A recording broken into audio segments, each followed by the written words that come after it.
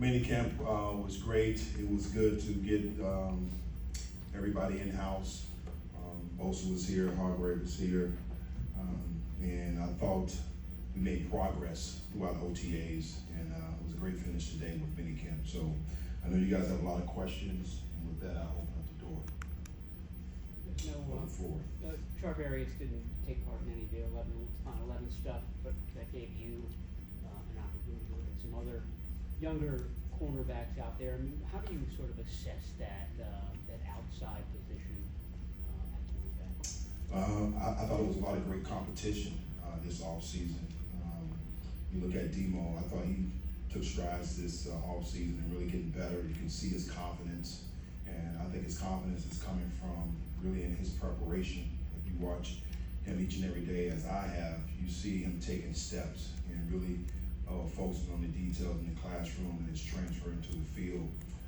Ambry, I thought has had a great OTAs and minicamp. So when you look at those two guys with the amount of reps they've taken with Mooney not being there, I think there's only been a plus. And I saw progression with Sammy as well on that. So I'm excited about the young guys that we have on the outside.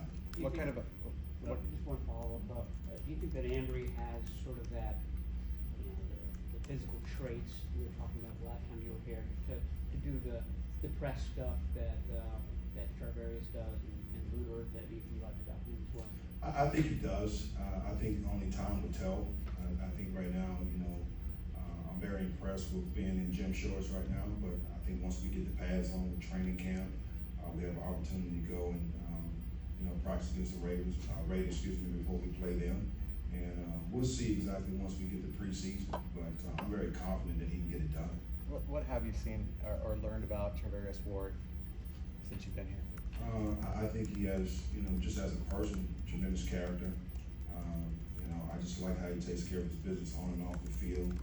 I watched a lot of tape on him, before I got here and then since I've been here. So he has the skill set to be one of the top in the league, and he and I talked about that. So it's all about him just being locked in and focused this year and having consistency. How's it been having Hargrave here? It's been great. I love our guys up front. You're gonna hear me say this time and time again. Everything we do starts up front, and we made that commitment with Jed all the way down with John and Kyle to try to assemble the best defensive line in the league. So with him being here, Bosa being here, you talk about Ken Law, you talk about Eric, Drake. I'm excited about what we can do up front this year. Bosa mentioned that he spent some time with you yesterday in a long conversation. When you have those conversations with a player of his caliber, how much is there give and take of you kind of trying to find out what he likes, positions he likes to be put in, things like that? Well, I think really what I was doing, I think I told you guys this from day one, I'm about relationships. So it was more about trying to learn him as a person. And I think as you get to learn him as a person, then now you get a feel for the player, and then you can put him in a position. And one of the things we talked about is just his commitment to this game and him still trying to get better, defensive player of the year. And can I take the next step? Can I do it again? And he has that focus and determination. So I just love coaching guys like that. That it's not about my status. Definitely not about the money. He's committed to trying to be one of the best. Status update on Jair Brown. As a rookie, you had a long appreciation for him. How has he done so far in just a few weeks? I think he's done well. He's had an opportunity with Gibson being here to be able to learn from a veteran guy, and they do a great job communicating and talking. And Gib is one of the older guys in the room, and I think he does a good job trying to relay things from a coach's perspective. So he's helped Jair out tremendously, and his skill set, I told you from day one, I was excited about that, and now seeing him make strides and his ability to make plays on the ball from the post is tremendous. He covers a lot of ground. See, out there on the practice field, you're communicating with like a DB almost after every play. Is that kind of the way you're coaching kind of through the back end, or is that just kind of we're just seeing it today? Well, I coach through the back end because that's really my expertise. So I see certain things back there, and I try to make coaching points on the run, just to try to get those guys to self-correct themselves, because there's times, of course, during the game you can't get to them, so you just want them to be able to think about what should just happen and then hit the reset button, get ready for the next play. Chris Cassard told us last week that when you two talked prior to you taking the job, that it was pretty apparent to him really that you guys saw things in a very similar way. What do you mean by that? Well, I think, you go against these guys, you see them on tape, you got the crossover film and those kind of things, and sometimes you really don't understand the teaching behind it, okay? The wide nines and those kind of things, what we may be doing up front, but once I was able to get here and understand how detailed he coaches everything, it fits into my philosophy and the things that I believe in. So we're on the same page. As a defensive guy and running things from the back to the front, I emphasize every meeting pointing out things up front, just to let those guys understand and know that it's just not lip service. Everything we do starts up front, and I want those guys to understand that. Steve, you probably watched last year's defense with D'Amico.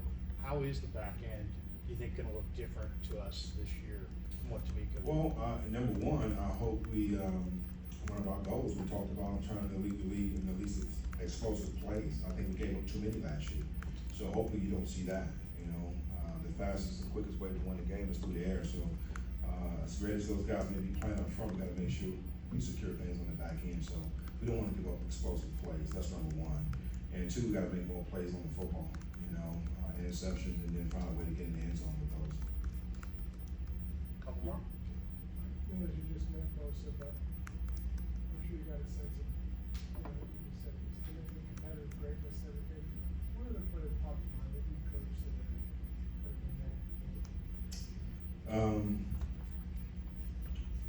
I'm going to say this first, and I think I've already said this, I don't like to compare, but I don't really think that's a comparison. You're just trying to reference other guys.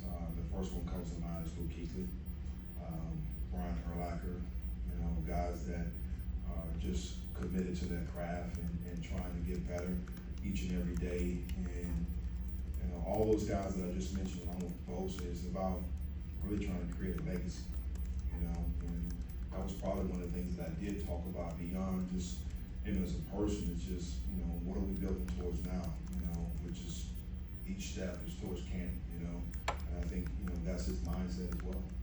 But, you got to stay in the moment each and every day, be where your feet are, and take it as it comes. But ultimately, that's his goal. That's good. Were you installing during this time, or did the install come in training? No, we installed from phase one, and then we reinstalled again, OTAs, and as well as minicamp. So we're ahead in regards to a lot of things that I want to get in. So I'm excited about that and the things that we've been able to rep. Our philosophy and the things that we believe in hasn't changed from a schematic standpoint of who we are, who we've been in the past. We've just been able to add a little bit of wrinkles here and there, what I call tools. But very excited at where we are right now, how the guys have been working. What will you be doing Last one. during your 40 days off? What is your plan for the off-season? All season, what I'm gonna be doing? Yeah. I'll be back in the mountains of North Carolina and Boone, sitting on my deck watching the mountains and probably smoking cigars.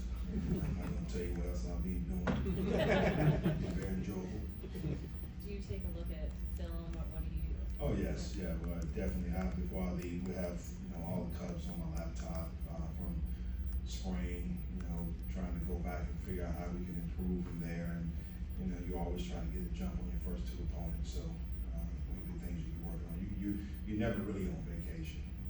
How much of last season do you look at? Do you look at everything, or do you look at certain things that you pick up on? I think you gotta go back and look at just certain things, particularly with us being able to, well, not being able, we're playing the AFC North, right? So I had an opportunity to play that division last year. I played this division last year as well. So I would go back and look at our games, right, that we played against them, just to be able to see certain things and try to get some, some key tendencies from them. Cool. Thank you, guys. Hey, appreciate you guys.